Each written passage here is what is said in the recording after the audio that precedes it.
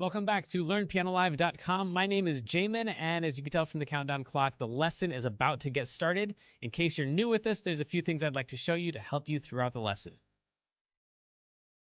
So this lesson is about reharmonization. That means we're going to take an existing song and we're going to find new chords to play over the same melody. Now, that means that you're probably going to need to already know about chords and keys and probably intervals, and probably have already several songs that you can play well enough that they actually sound like the song. But even if you can't do that, you might pick up some interesting theory bits along the way. So feel free to join us. The goal, though, is not this song. It's not about the song that we're working on. It's really about taking the concepts you like, the reharmonizations, the substitutions that you like from this lesson, and then applying them to other songs that you already know how to play. These lessons are always guided and shaped by your questions, and if you're live with us today, there's a couple different ways you can do that. One is in the public live chat, and the other is the Ask Jamin a Question button, where you can ask me a question privately, and I won't share your identity in case you're afraid that your question is stupid. But it's not. If you're in the archives, though, then just open up the survey. At the end of that, there's a place where you can ask your question. I will say I frequently get questions from students in the archives watching a lesson from 6 months ago, and I have no idea what they're talking about. So please try to be as specific as possible. If you're watching this at LearnPianoLive.com, there should be a PDF and an MP3 button right next to this video. The PDF will often have additional video links inside, so you can get more in-depth instruction on each of the topics. And if you're the kind of person who likes to print out the PDF so you can make the same notes on your physical version as I'm making during the lesson, now would be the time to do that. The MP3 is just a play-along track so you can practice more after the lesson. In traditional lessons, a teacher is going to actually present some new concept for maybe 5 or 10 minutes every couple weeks. The rest of the time is going to be spent applying and refining those concepts. Well, here I'm spouting off hours of new information every week, so it's totally unreasonable to expect you to actually absorb all of that. Instead, the goal of these live lessons is for you to find some little nugget of something that makes sense, but is a bit of a challenge, and for you to go practice it, because practice is where all the improvement's going to happen. So don't feel bad if you have to leave the live lesson when you find that little thing that you're going to practice. And of course, if I'm going too fast, you can always rewind the live lessons or replay in the archives as much as you want. If these live lessons start feeling random or meandering, it's because they are, on purpose. So if you're the kind of person who wants classical training with a step-by-step method, then you're going to want to check out Kloppel Academy on the website. It's included in your live lesson subscription, so you can do both or either. And the upper levels are seriously hard work, but it's going to take you all the way from ground zero all the way up to being ready to enter any major music college as a piano major in classical or jazz.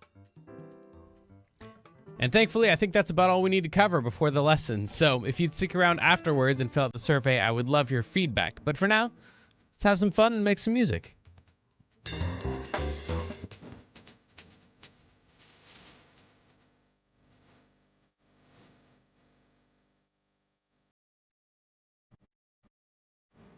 Unforgettable.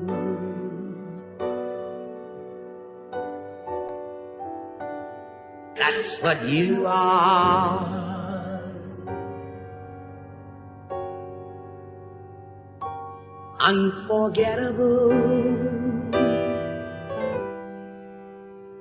Though near or far,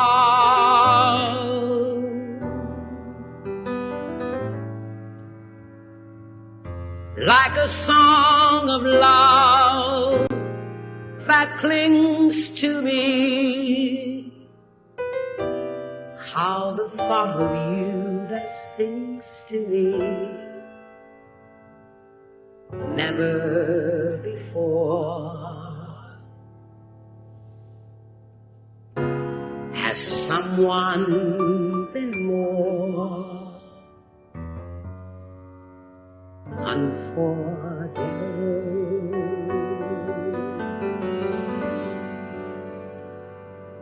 In every way,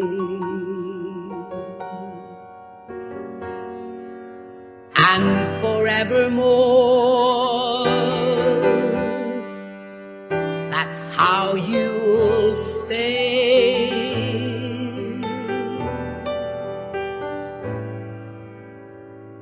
That's why, darling, It's incredible that someone so unforgettable thinks that I am unforgettable too.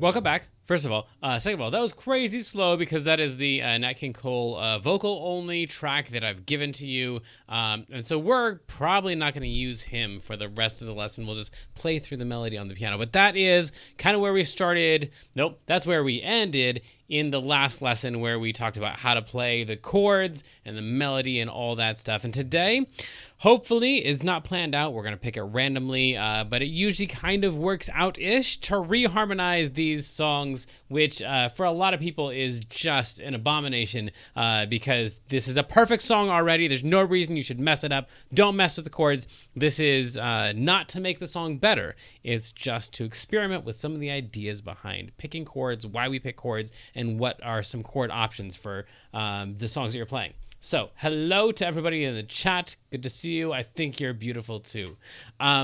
Oh, you meant the playing, not me. Well, whatever. Okay, so then let's try this thing out. We've got all the chords. Again, this is not really a beginner lesson, so I'm going to go ahead and change this title here to intermediate, because we're kind of starting out with like the beginner playing the chords thing. Would be what we did last time with all those extra sevens and stuff. So now we're going to just take a look at our reharm. You have the worksheet here.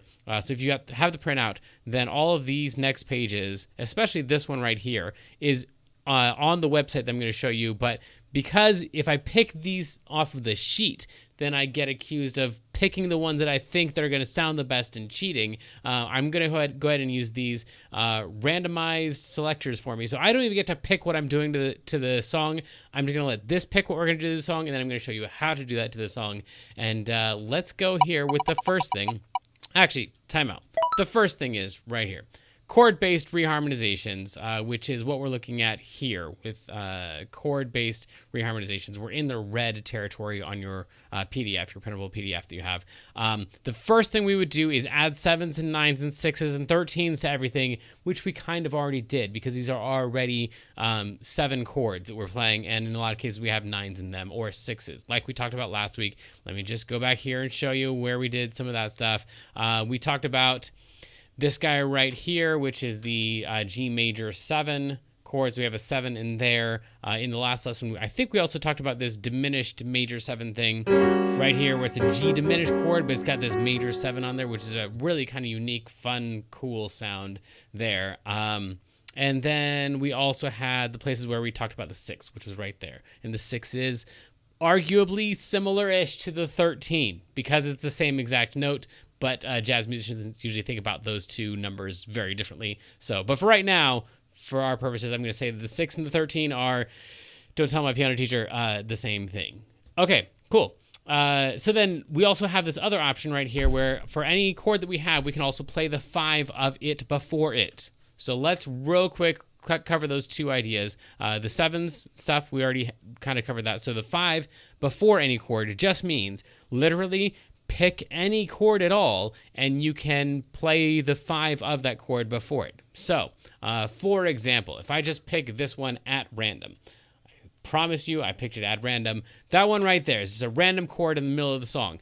This is an F minor with a 7 on it. In some cases, we have a major 7 later on. We talked about that in the last lesson too. So just with this F minor right here. By the way, if you feel a little bit lost right now because you don't have the chords down, then either you can go back to that other lesson, which is totally cool. Just stop watching now and go back to the previous lesson. It'll explain all that. Or you just hang out here and probably some stuff along the way is going to make a lot of sense. Like this thing right here, for example. We have an F minor chord. That's the 1, the 3, and the 5 of the F minor chord. Then we have the 7 up here because we're just counting every note in the scale. 1, 2, 3, 4, 5, 6, 7. Again, the 6 we have some issues with that one. But anyway, we're just counting, playing every other number, 1, 3, 5, and 7. So those are the numbers of the F minor chord. The 5 of this chord, 1, 3, 5, that is the 5 of the chord.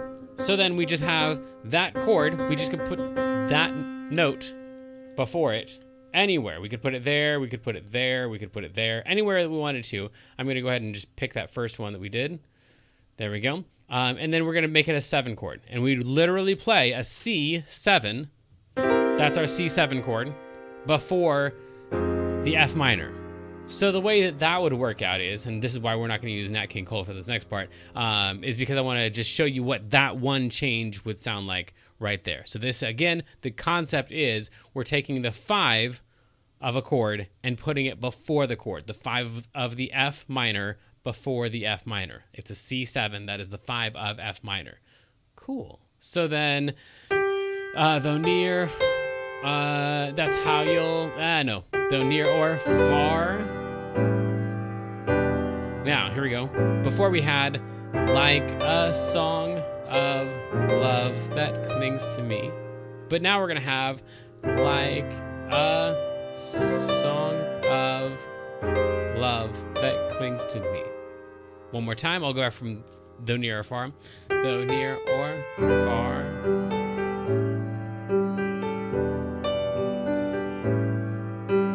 Like a song of love that clings to me. Again, the goal of this is not to make this perfectly perfect song even better.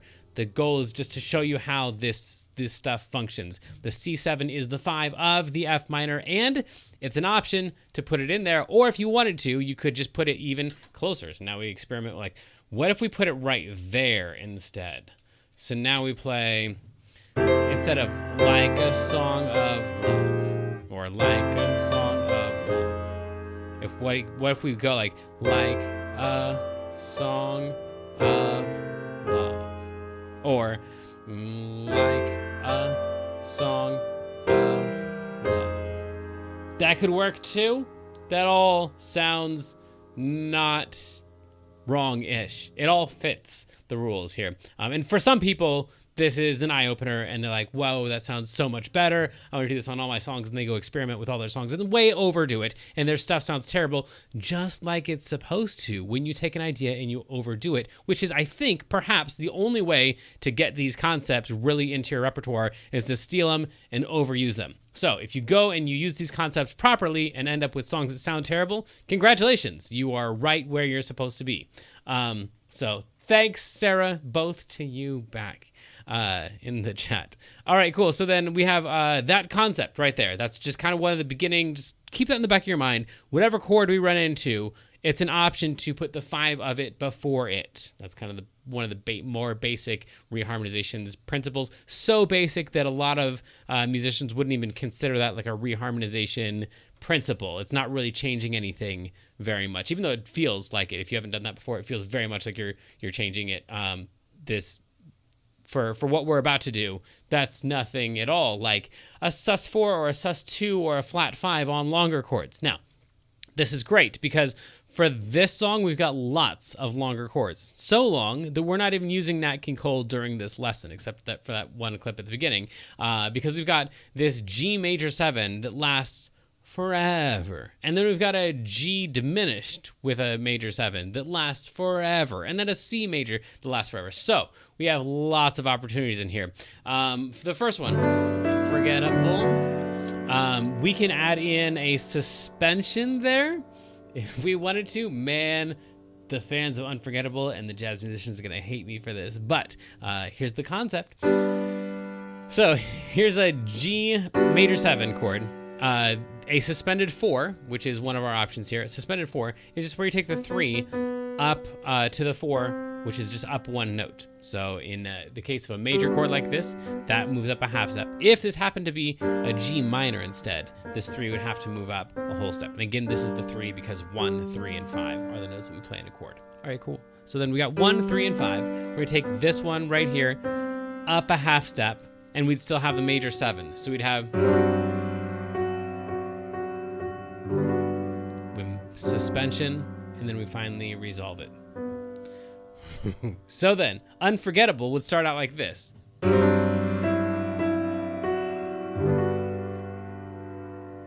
I don't think I'm allowed to admit that I like that a whole lot. It's really, really, really dissonancy.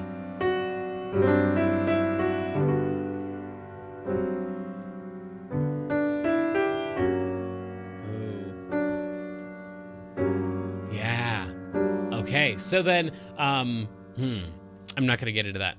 Let's stick with the plan, because that actually is cheating, to move into that other thing that I just did, that I liked a lot. Maybe I'll show you in a second. Let me first cover the topics that the spinning wheel said we would cover today. Suspended 2 is just taking that 3 of that chord down to the 2 and then coming up.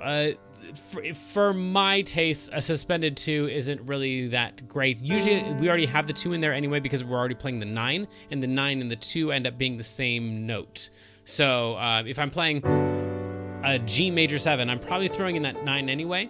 So for the way that I play, coming up with a suspended 2 and then resolving it to the 3, it doesn't really feel very resolve-y. The 4 resolving does very much so, but the 2 not really so much. But if we did it, here's how it would go. 2,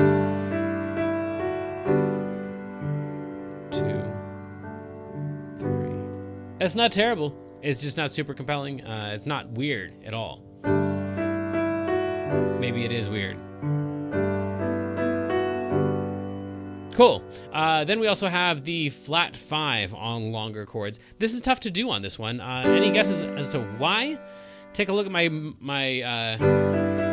song and see why would it be weird to flat the 5. 1, 3, and 5. If you guessed that it would be weird because the melody's on the 5, then you are absolutely correct. So if I put a flat 5 on this chord, that means I'm going 1, 3, and 5. And that right there is my flat 5. So that's going to significantly change the melody. Instead of being unforgettable, the melody's either going to go unforgettable with a flat 5 next to it. It's going to sound like this. Which I could get used to. Or you got to change the melody to be unforgettable, which is pretty. It's just a different song than the original one. But that's what a lot of people would say about everything that I'm doing here today. So it's not an option. It is an option. But I don't think it's one that I would probably pick here because maybe after we went to it. So maybe I would put it in like G flat 5 right there and then go back to G and then G flat 5. So 1, 3, 5, flatting the 5, and then coming back up. So instead of going from the flat 5 to the regular to the flat 5 to the regular, maybe I go regular to flat 5, regular to flat 5. So I'm really stretching here to try to incorporate what the spinning wheel promised we would do. But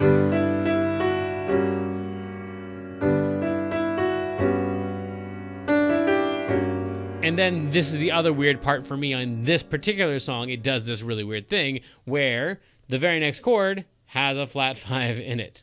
So we end up kind of doing the same thing anyway right there with the flat 5. So I think for the sake of not playing that diminished chord early, which essentially is the main characteristic of the diminished chord is the flat 5. So I don't like use that up early. I'm going to go ahead and turn this one into the suspended one, which sounded the weirdest. And in a lot of cases for me, that means the most fun. So I'm going to go G suspended to G major 7 to G suspended to G major 7. So I'm going to use this one.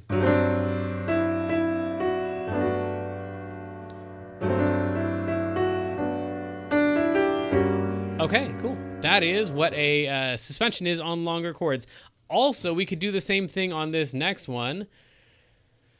This guy right here. So we've got the C major 7 for a long time, so I could do the same exact thing. We'll just put the C major 7 right there and the C major 7 right there, and then go C sus, which is the same thing as C sus 4, by the way. So C suspended, if you don't have anything after that, it's implied that the 4 is what's suspended there. So if you play a C chord, a C suspended chord is that right there where the 3's moved to the 4. So I'm just gonna say C sus. You could also say C sus 4, but it's a little bit redundant. So unforgettable. So what I have so far is... And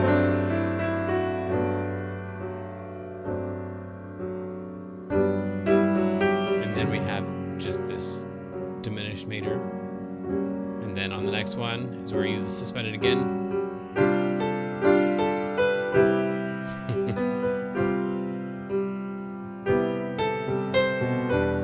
Okay, so it's starting to sound a little bit weird already. Some of you are like, yeah, this is why I hate these reharm lessons. It just ruins perfectly good songs. And other people are wildly intrigued. Let's see what our spinning wheel comes up with next. Tritone subs on dominant chords. I swear tritone subs doesn't actually show up that many times on the wheel, but it seems like we always hit it. Okay, so here's the concept. The concept is for any dominant chord, let's say, well, let's find one in here actually.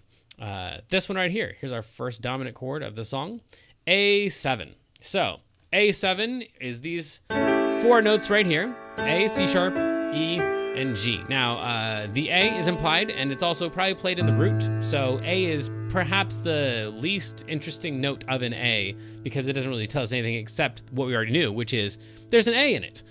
And then the 5 is so rarely messed with, as in like an augmented chord would make it go up or a diminished chord make it go down. But major and minor chords pretty much always use the same 5. So the 5 is generally not interesting either. So out of these 4 notes, the A, not interesting really.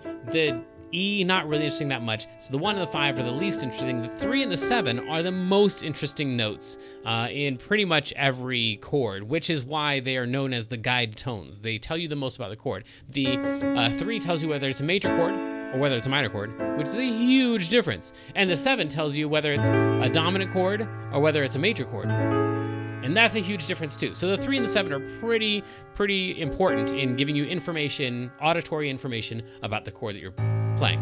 In fact, a lot of people, including a guy named Freddie Green, play exclusively the 3 and the 7. Like professional jazz musicians who don't even play the full chord, they just play the guide tones if they're like comping the chords behind someone else, or if they're playing a melody and they're playing the chords with their left hand. They wouldn't even play the full chord. They'll just play the guide tones, the 3 and the 7. That's how important the 3 and the 7 are and how powerful they are. Okay, so enough about the guide tones, the 3 and the 7. Here's the point.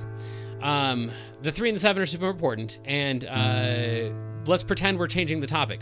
A tritone away from an A is 3 whole steps, which is where we get the word tritone, I believe. 3 tones, 3 notes away. So 3 whole steps away from an A is 1, 2, 3. It's gonna be an E flat. Cool. So we have an E flat chord. And so then an E flat 7 chord is this right here, by the way. And this is the 1, the 3, the 5, and the 7. If we just take out the 3 and the 7 right there, those 2 notes are C sharp, arguably D flat, and G. On the A chord, which was a tritone away from E flat, the guide tones were the same exact notes, C sharp and G. C sharp and G are the guide tones of A7 and the one that is a tritone away, E flat 7 tritones. Guide tones, tritone away.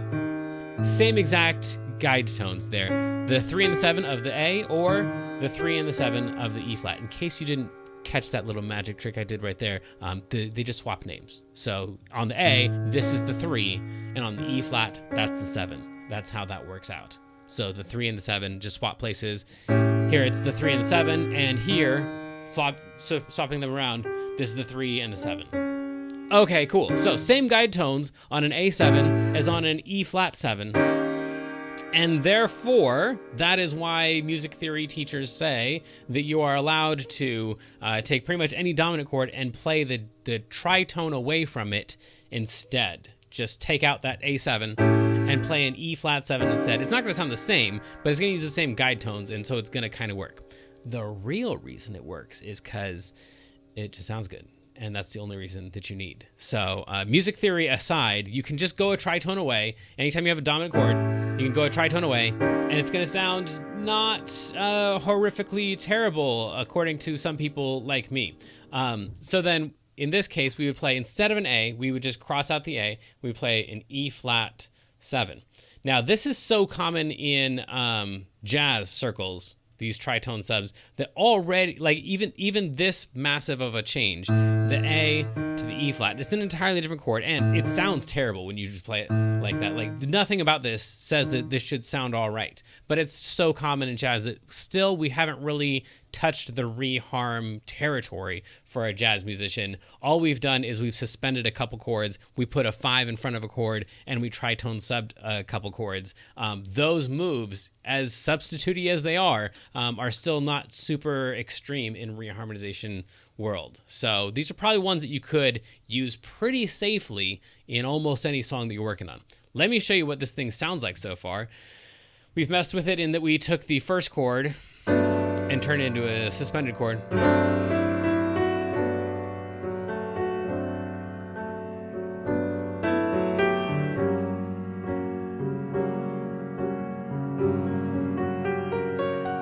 And then same thing.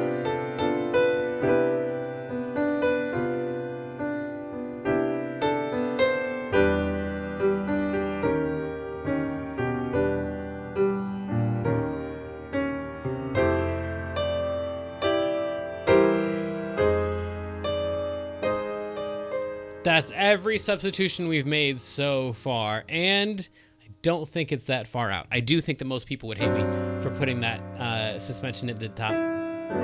But also, I mean, that's, well, I won't. Yeah.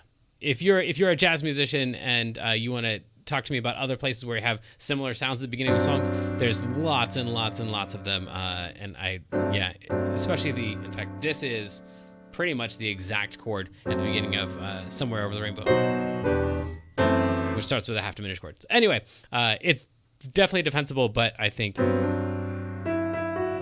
yeah, my piano teacher would absolutely hate that. I'm guessing. I don't know. Let him speak for himself. But let's try another one of these. A backdoor dominant or a flat 7 dominant. Cool. So this is kind of like a, by the way, covered a lot of ground here. If you took just one of these into any of your other songs and tried it, you just put a 5 before a chord, that's months worth of assignments right there. If you just did suspensions on chords on any of your songs, that would be months worth of assignments. Tritone subs, yeah, you got a lot of time you could practice that stuff. So you're definitely not supposed to take away all of these ideas and try to incorporate them into your songs. That's just ridiculous. I'm just showing you some ideas, and whichever one you're like, I think I could try that, then go ahead and try that. Okay, so once again, we're doing backdoor dominance. This will be our last one for today that I'll show you.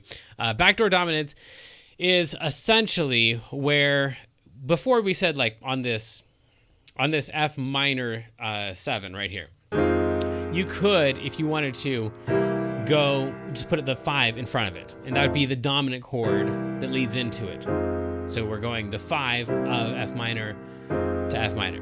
Another way that you can get to a chord is not by going to the 5 of it, but just by going down a whole step and playing that dominant chord. So I'm not going to do it in this case because we already have something going on here. I'll find another spot to do it. But first, let me show you the concept here. So instead of playing, let's say we didn't have that C in there, and we're just like, what could go before an F minor 7? And you're not thinking about playing the 5 of it. You could just go down a whole step. A whole step down from F is 1 half step, 2 half steps, 1 whole step from F to E flat. And you could play an E flat 7 right there. And the E flat 7 arguably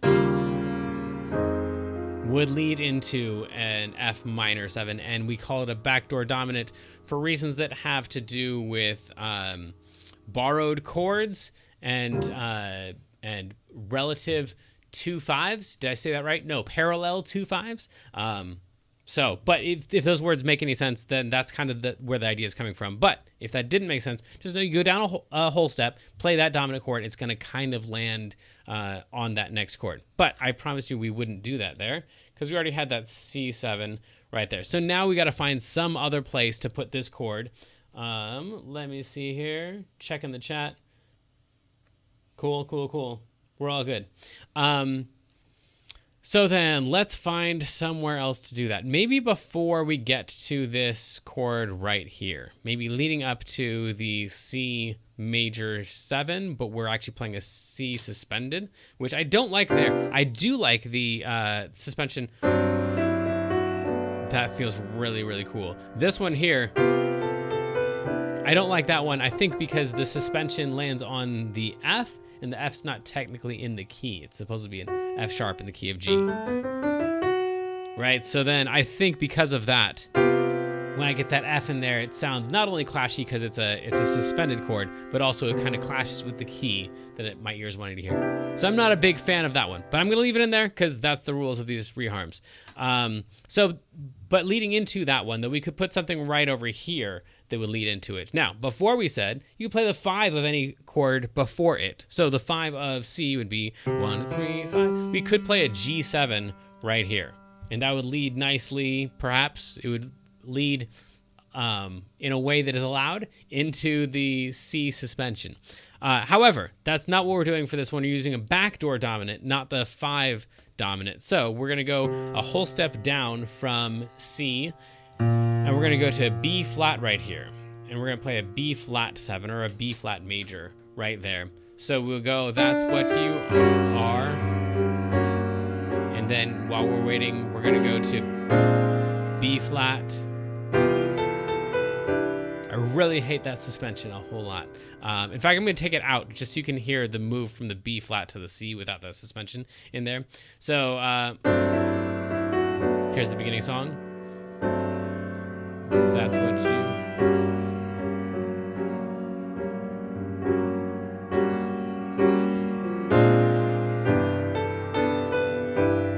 Okay, cool. So maybe you didn't like that, but that one, that's the idea.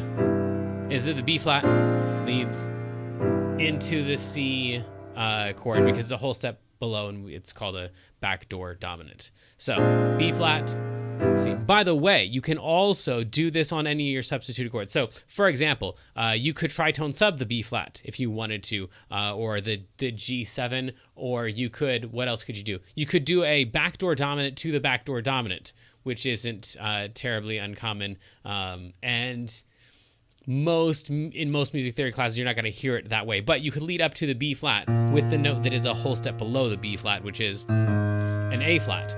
So if you wanted to, you could go A flat 7, B flat 7, C, which would be really crazy, I think. Yeah, it would definitely be crazy. So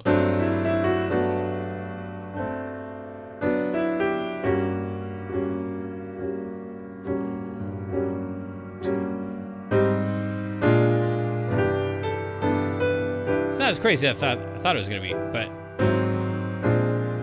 or an A flat major is probably going to be more common in that case, but an A flat to a B flat to a C. So you can backdoor your backdoors, and you can tritone sub your backdoors, and you can backdoor a tritone, and you can experiment with any of this, because again, all these rules about music theory are, again, don't tell other jazz musicians I'm saying this, but they're all made up. They're all just excuses for what already sounds good. In the end, if it sounds good, use it. If it doesn't sound good, then don't use it. What music theory is really useful for is if you find something like, ooh, I really, really like that, and you want to use that sound somewhere else, music theory does a great job of putting a label on it so you can use that concept later on. So now it has a name, and here's how we figured out how to create that sound, and so you can recreate that sound somewhere else. But in my mind, that's really the only great use for music theory. That sentence can't be right, but that's the most practical use of music theory, is like, we're going to put a label on that so that in the future we can reuse that sound. And it's not just a thing that exists on that one chord or in that one song in that one place, which is the way that a lot of people play, especially a lot of pianists play, is like, oh, when I play this one song in this one spot, I do this one thing, because they haven't really put a label on it and been able to take that out and move it around to the different keys and different song stuff. So what we have, again, on this song so far is...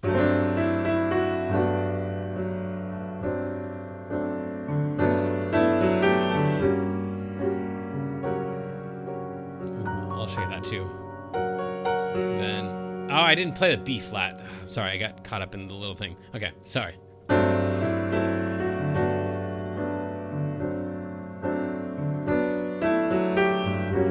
This one.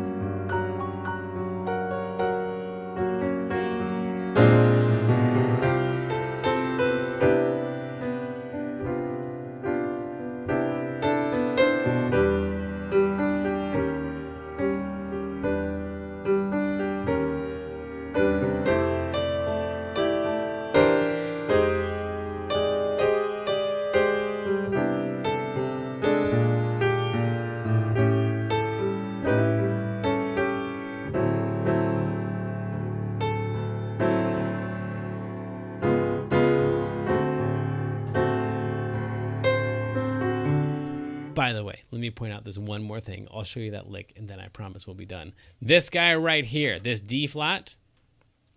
This D flat is a tritone sub. Well, it's a half step below. Yeah, how are we gonna do that? Nope, I shouldn't have said anything. Bummer. Okay, so this is a tritone sub of a G7. So G7 right here would be another option for that if you want to tritone sub that G, which would land this F sharp as the, this F natural as the 7 of the G.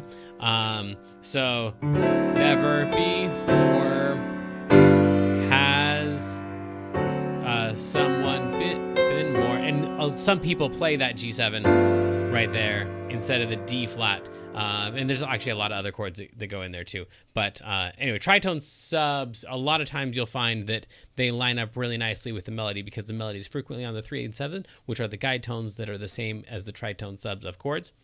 That was probably too many words too quickly, but some of you followed with me, which was just a really long way of saying tritone subs are cool. Try them out.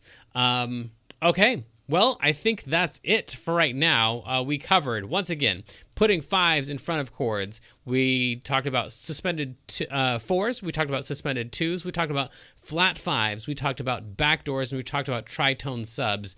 That's 6 different tools to try in your own reharmonizations that should provide you with some very interesting results, if nothing else. So let me know what you find out when you're playing your own songs, where this stuff works out and where it doesn't. I'm most interested in the things you're surprised by it. So try it on your other songs, and then when you find something you like and you don't know what it is, you're like, I don't know why, but this chord right here works out. Then bring that to me. Or if you try one of these, you're like, I tried a tritone sub, and it was supposed to work, and it just sounds terrible. Why does this sound so bad?